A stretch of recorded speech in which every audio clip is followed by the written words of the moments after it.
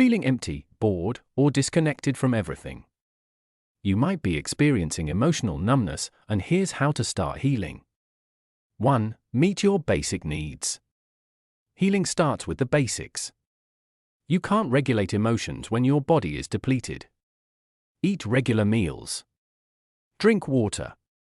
Sleep 7 hours. Move your body, even 5 to 10 minutes. Brush teeth, shower, change clothes. Identify your values.